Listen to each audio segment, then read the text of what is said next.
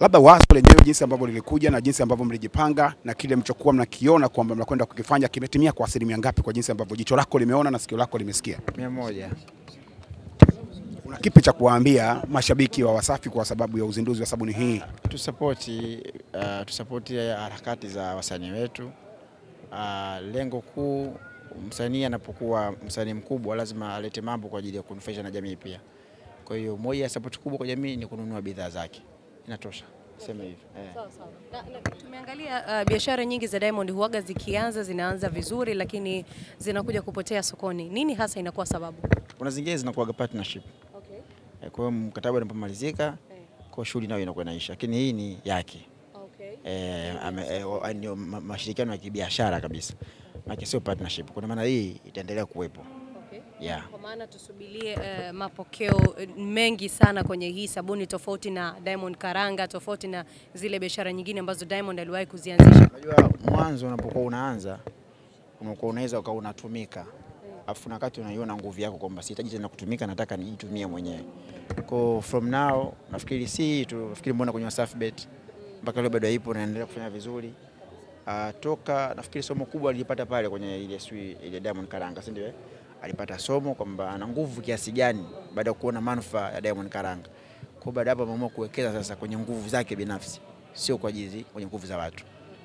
Na shughuli leo imegharimu kama shilingi ngapi kukamilisha shughuli yenyewe, jinsi ambavyo mwaliko wa watu na vitu kama hivyo mpaka watu wamekula wamefurahi? Hiyo sifahamu, lakini ndani kabisa imesikia kama 100. Sasa hiyo nyingine sifahamu.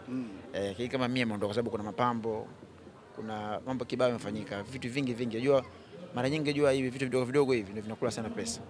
Kumbi wote kupamba au ulete mandhari nzuri, kila mtu imvutie, maviti, vyakula manini. Sio buffet. Watu takriban 600 na wote wamekula, si jambo dogo. Na sahani moja tu kwa shishi pale muulizie kwa mtu mmoja. Au umepunguza? 20,000 sasa hivi. Sasa hivi bei gani? Umeuliza bei pale? Basi haya. Basi piga mahesabu utaona mwenyewe yanavyokuwa.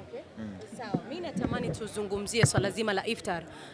Tumeona Diamond kaalika watu wengi sana ikiwepo wakina Mtume Mwamposa, nao pia ni moja kati ya watu ambao walikuwa invited siku hii ya leo. Labda kwenye hiki ambacho Diamond amekifanya kuminvite Mtume Mwamposa kwenye iftar, kulikuwa kuna kosa lolote alilolifanya kwa upande wako? Unajua innamal a'malu binniyati. Najua Diamond ni msanii.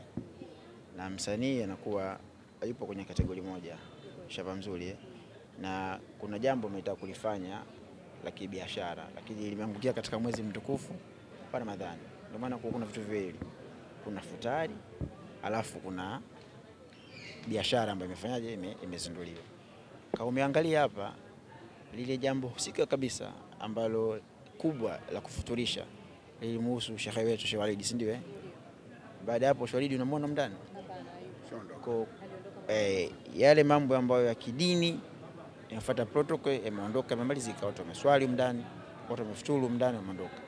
Imebaki sasa mambo ya kibiashara. Shaba mzuri ulikuwa uwezi kufanya, sababu zamani shazia biashara kama hizi tutazindua na music manini. Lakini kwa kipindi gani? Shaba mzuri, hiki ni kipindi cha mwezi mtukufu wa Ramadhani. Kwa hiyo lazima ufuate protocol na sheria inavyotaka. Ndio tumekwenda kwa utaratibu. Tupo katika mfungo wa Ramadhani, tumefuata utaratibu, watu wameswali maghrib, watu wamesoma Qur'an ndani, watu wamefuturu. Baada hapo sasa wale wenyewe wasema anzila nasi mananzila, wake tu kwa nafasi zao.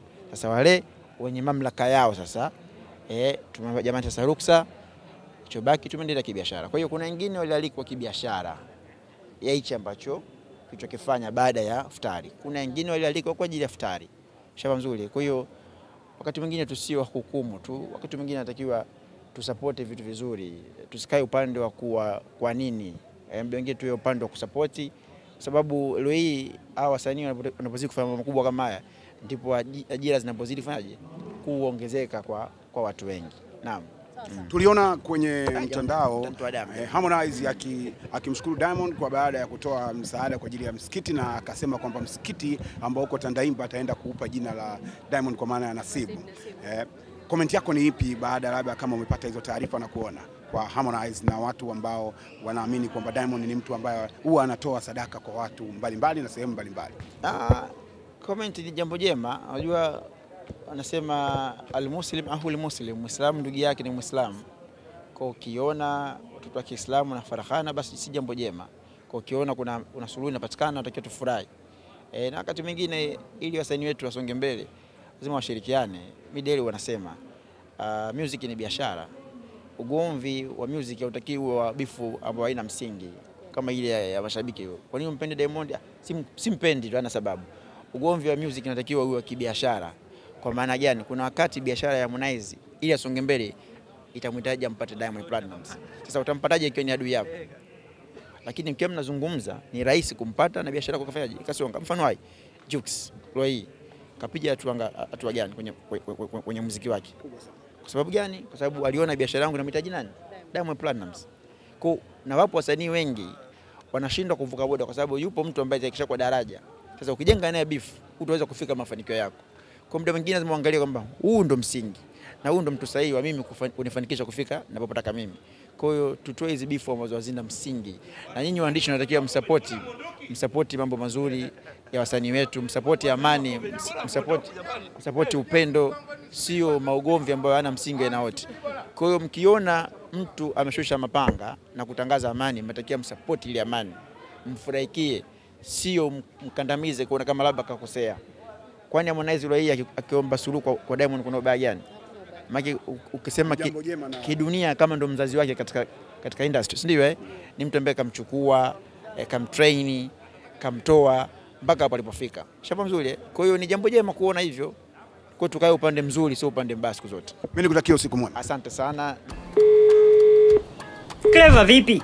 Mbona uko nyumbani saa hizi? Au na wewe shamba limekushinda kama mimi Unafeli wapi Mashaka? Yaani hadi leo unategemea kilimo cha mvua rafiki yangu? Mimi hapa nilipo naweza kuona kila kitu kwenye shamba langu. Watumishi wazembe na waona, nina mitambo ya kisasa ya umwagiliaji, nimeweza kuweka teknolojia za kisasa shambani na mambo mengi yanaendeshwa kwa mitambo tu. Ingekuwa hujamaliza pesa, ningekuambia unipe oda zako. Mashaka acha ushamba. Ina maana kazi yote inayofanywa na serikali ya awamu ya 6 wewe huoni? Hakuna kijiji cha Tanzania ambacho hakijafikiwa na nishati ya umeme. Yaani serikali ya awamu ya 6 haina deni. Wewe jitahidi fanya maombi, lipia uletee umeme haraka mpaka shambani kwako. Mimi nayaweza yote haya kwa kuwa gharama za uendeshaji ni nafuu sana nikitumia nishati ya umeme. Utajanjaruka lini Mashaka wewe? Nishati ni maendeleo. Umewaka unatufikia. Tangazo hili limeletwa kwenu na wakala wa nishati vijijini REA.